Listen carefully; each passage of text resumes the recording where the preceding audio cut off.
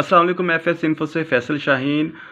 हमारी इत्तला के मुताबिक जो है मैंने एक ऐसे ख़ानदान के बारे में, एक हमारे बहुत ही काबिल इज़्ज़त काबिल एहतराम हैं ज़ुबैर मुफ्ती साहब, उनको आगाह किया जो कि नेक काम में बड़ी दिलचस्पी रखते हैं और बढ़ चढ़ कर हिस्सा लेते हैं।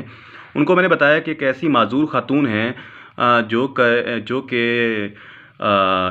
बिलाल पार्क और पतन मीनार रोड पर जो है उनका घर है। उनकी बेटियां हैं बेचारी, उनके पास रोज़गार का मसाइल नहीं है, वसाइल नहीं है सॉरी, और वो बड़ी इसे परेशानी का शिकार हैं।